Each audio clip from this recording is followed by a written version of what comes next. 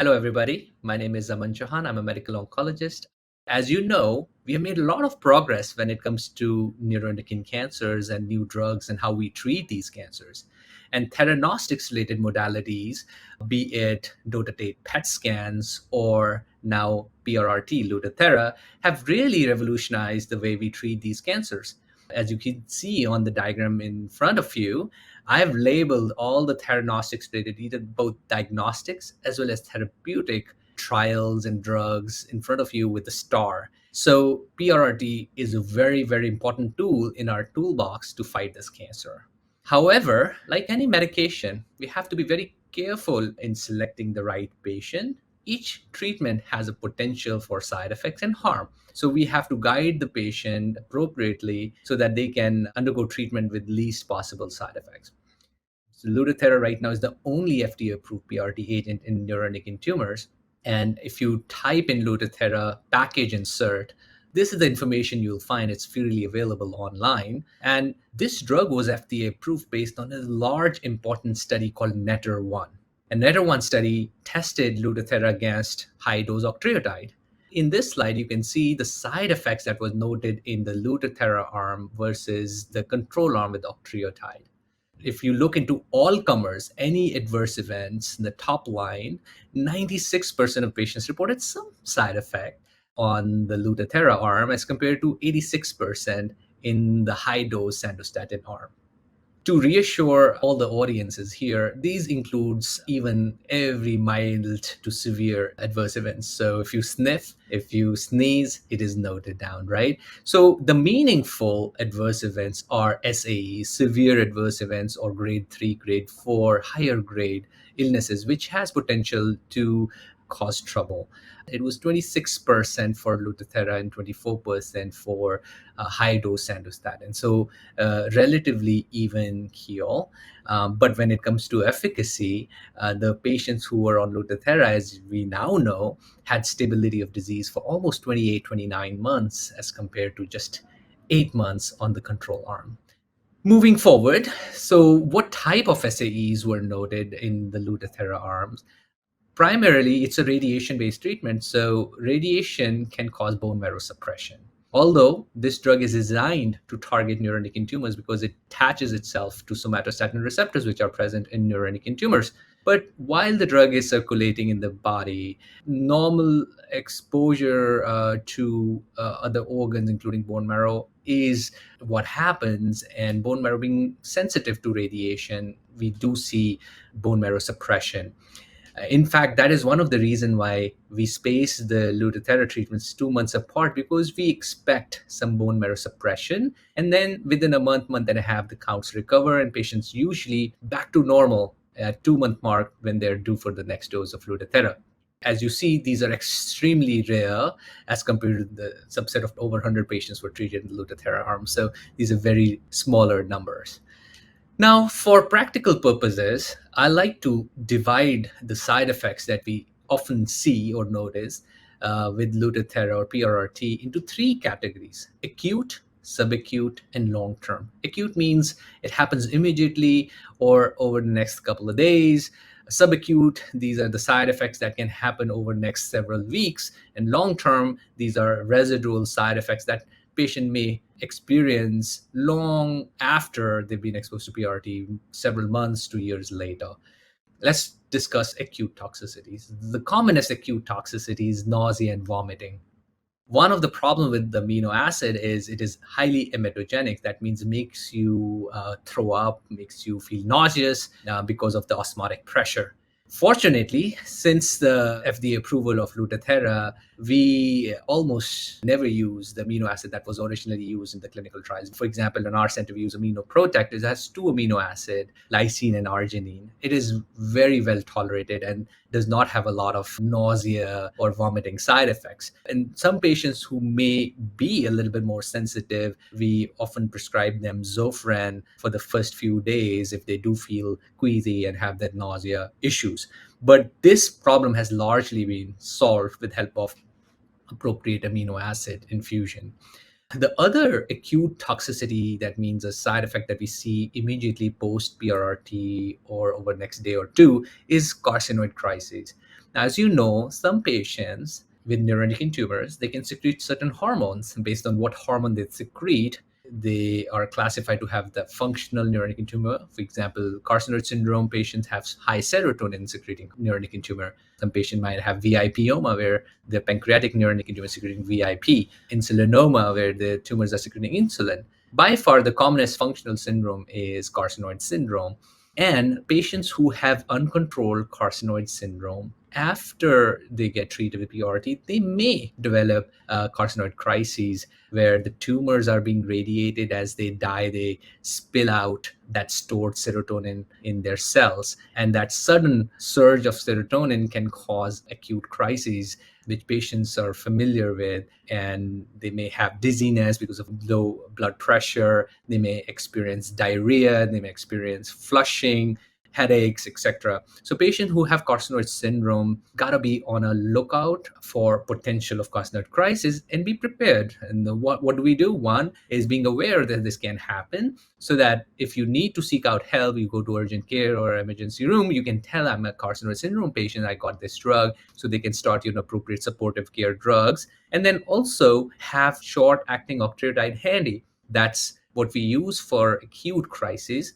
And of course, patients who are functional neuroendocrine tumor patients, they oftentimes continue the monthly injections after the Lutathera. So if they're due for one, that is also recommended that the patient gets the scheduled monthly somatostatin analog injection.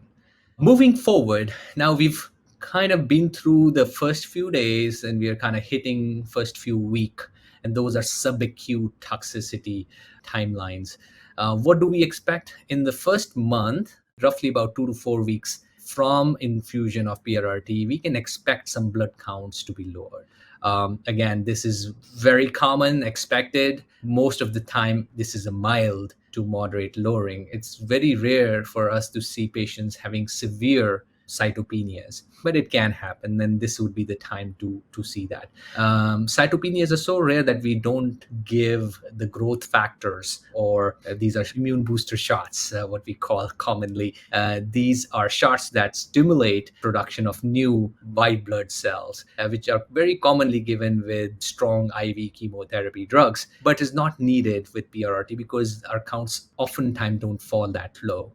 Transfusions also rarely needed. But again, if there are rare patients who are experiencing a lot of fatigue and we check their blood count and their hemoglobin is now 7 or 8, they might benefit from blood transfusion. Majority of patients, that we do not expect the hemoglobin to fall that low. Same rule lies for low platelet counts. Majority of patients will not have severe thrombocytopenia or decline in their platelet counts. But if you have a patient who started having bruising, a lot of bleeding during brushing, nosebleeds, it's fair to check their platelet counts. And if they are low, then the doctor will give them the platelet transfusion. Again, this is a complication that we see a few weeks into the infusion and is also very transient. Those who do experience low blood count, it reverses relatively fast. In my experience, within 2 weeks, the count should improve. This is important in patients who have had prior exposure to chemotherapy, especially alkylator chemotherapy. You've probably heard of a chemo regimen called CAPE-TEM, capecitabine temozolomide. Temozolomide especially can have a profound effect on bone marrow, and patients who've been on temodar-based chemotherapy for a long period of time are even more risk for developing blood count issues with PRRT. What are some other subacute toxicity we need to be aware of? Small bowel obstruction. Now, one of the commonest sites for neuroendocrine tumor origin is bowel. And one of the commonest places where it likes to metastasize besides liver and bones is lymph nodes. And these lymph nodes oftentimes are in the bowel or around the bowel, in the mesentery. So if we have a patient with a lot of mesenteric disease, big bulky disease in the abdominal area, or peritoneal carcinomatosis, this is when the cancer is spread over the coverings of bowels, the peritoneum, and it basically cakes the whole abdominal cavity. These are the patients who are at a very high risk for developing bowel obstruction after the PRRT. Why? Because as we infuse the PRRT agent, it goes and binds to the tumor. If the tumor is in around the bowel area, the drug will sequester there, and the radiation is going to cause inflammation. Inflammation cause swelling, and that transient swelling can cause the bowel obstruction. And in a rare event, we've also noticed perforation, and patient may present with septic shock. So fortunately, this is a rare complication, and it is important to select the patient population appropriately. If there's a very high risk of this happening based on the bulk of the disease and location of the cancer, we might opt for another option before we doing PRRT. So these are the things that we got to be aware of. And many high volume centers are now prescribing 2 to 3 week steroid course to minimize that radiation-induced inflammation and swelling, and to reduce the risk of bowel obstruction. The data regarding this practice is very limited, but it is a relatively low-risk proposition, and many doctors, including myself, we do consider giving steroids prophylactically to prevent obstruction. Now, other subacute toxicities that we got to watch out for is kidney impairments. We've been treating patients with Lutathera and beta PRRT for a while, and we have a lot of confidence in long-term safety to the kidneys. In fact, there are now a couple of very good publications supporting that post Lutathera, we do not see increased incidence of renal problems. And in fact, patients who have mild renal insufficiency, even they tolerate these treatments very well. However, there are some patients who at baseline might have borderline renal function, maybe for years and decades of uncontrolled diabetes, high blood pressure, or some other renal issues. So gotta watch those patients very closely in terms of how they tolerate the PRRT. We give amino acid infusion during PRRT infusion to protect the kidneys. We don't want this drug to be hovering around the kidneys and radiate the kidneys. So all in all, from kidney standpoints, Lutathera is very, very safe, but gotta be careful. And I encourage my patients to drink plenty of fluids after Lutathera infusion for several days. They are not dehydrated and don't add stressors to the kidneys. What about liver? Well, the data regarding hepatotoxicity is relatively scarce. Most patients who are treated on the clinical trials, they oftentimes have normal liver functions. In fact, no trial treat patients who have more than 3 times upper limit of bilirubin, unfortunately. So it's not that I have a lot of data to quote regarding safety of PRRT in patients who have very high volume disease in the liver with compromised liver functions. Having said that, my anecdotal experience as well as some case series have suggested that PRRT is very safe, even in patients who would have large volume disease affecting the liver. We just gotta be careful. And if there are other alternative options, sometimes we use those as well.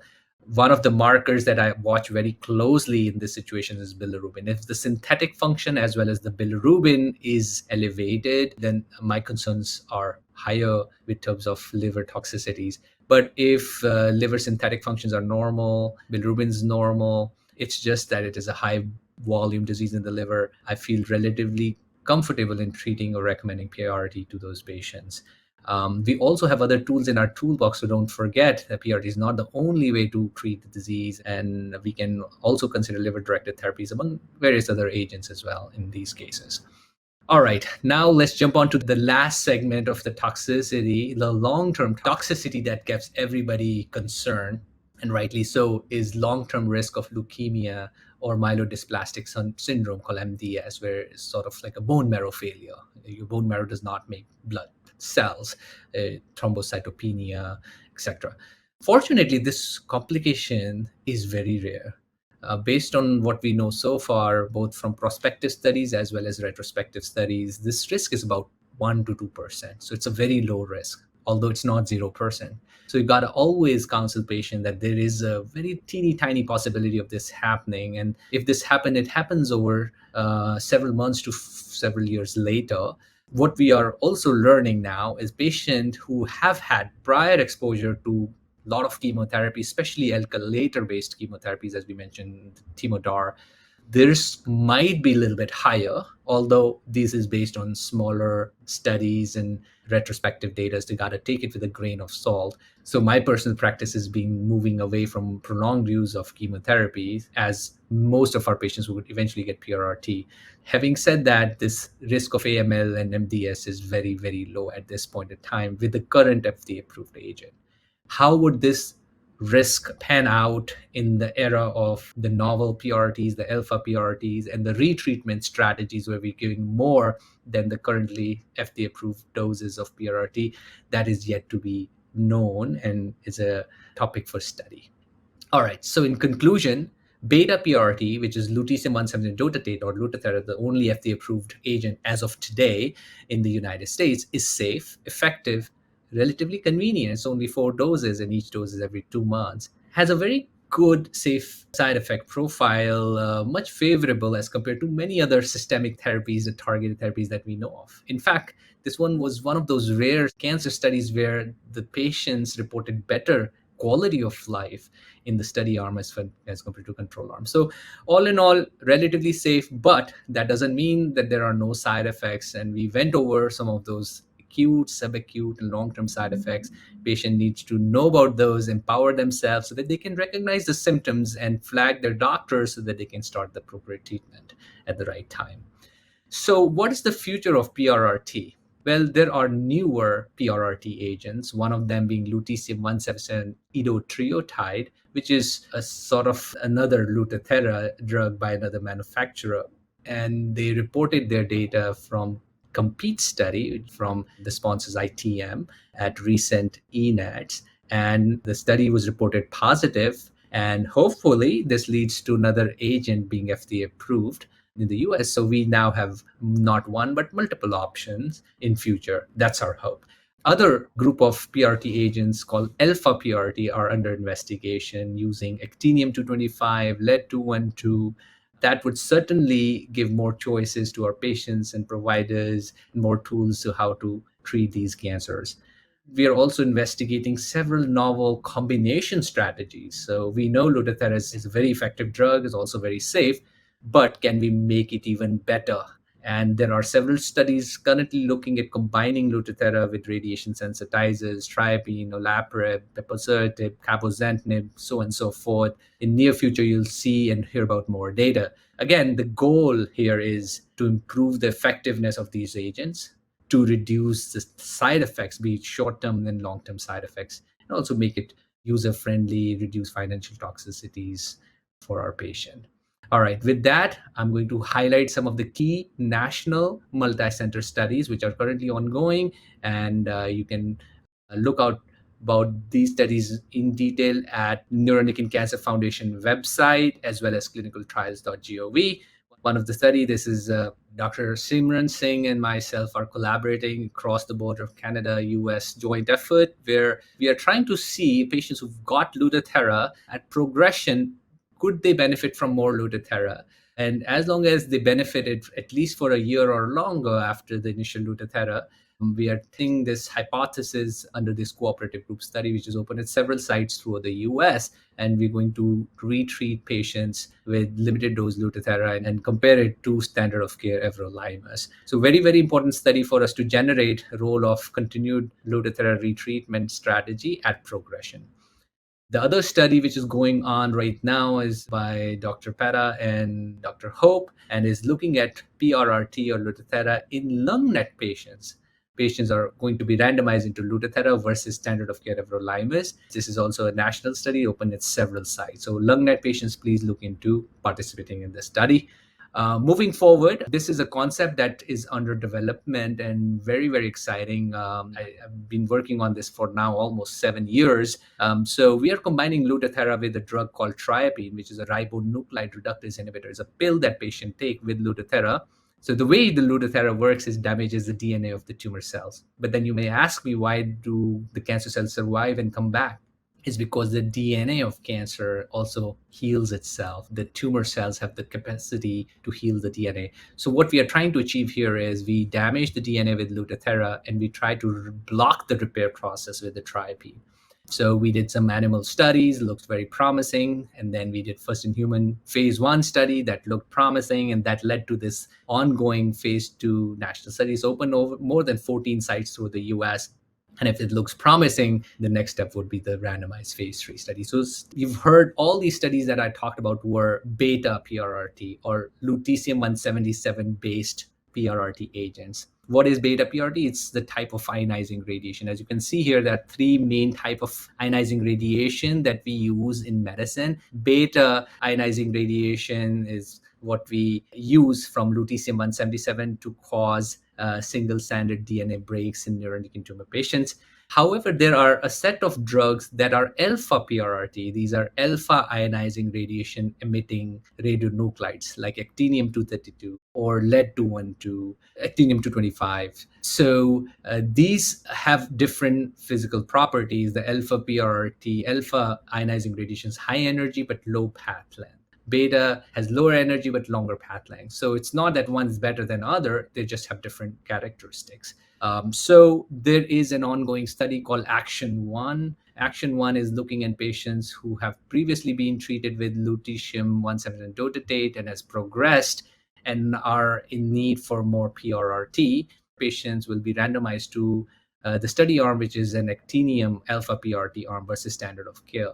And this was a very important study open at various sites in the US and abroad and looking at role of alpha PRT. There are also other studies which are either in development or already enrolling, especially lead-212 based alpha PRT studies that patients may want to look into at clinicaltrials.gov. With that, I would like to thank you for your time and attention.